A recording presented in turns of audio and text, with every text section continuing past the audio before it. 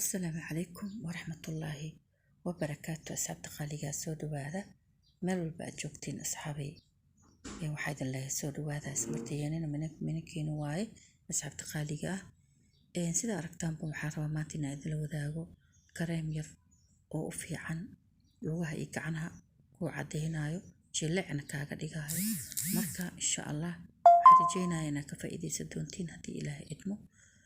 كريم كان waxaan ka soo biyay sidaan u soo biyaybo waxa ka soo daawataan linkiga hoos aan soo dhigay qurux dumar official 2 ah kan qurux dumar official waa kaasna laakiin qurux dumar official 2 ayaa ku qoran marka insha Allah linkiga qaybta commentiga ayaa ka heli doontiin hadii Ilaahay idmo asxaabta qaaliga aad ay uga faa'iidi doontiin hadii gacnahaaga qaleel u yahay iyo hadii gacnahaaga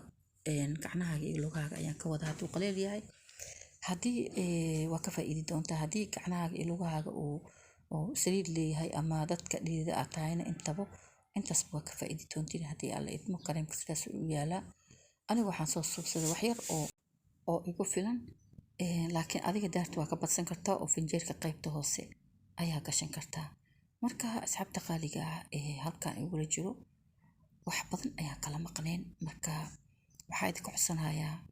videogaas ama linkigaas inaad halkaas igu soo biirto oo subscribe noo dhahdo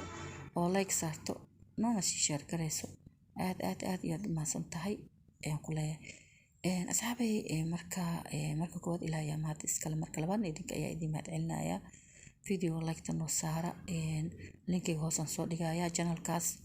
waxaan ugu talagalay isqurxin inaan isku qurxino si dabiici ah aan isku qurxino oo waxyaabaha noo yaala jikadeena suuqyada nagu dhow anagoo wax kiimika isticmaalin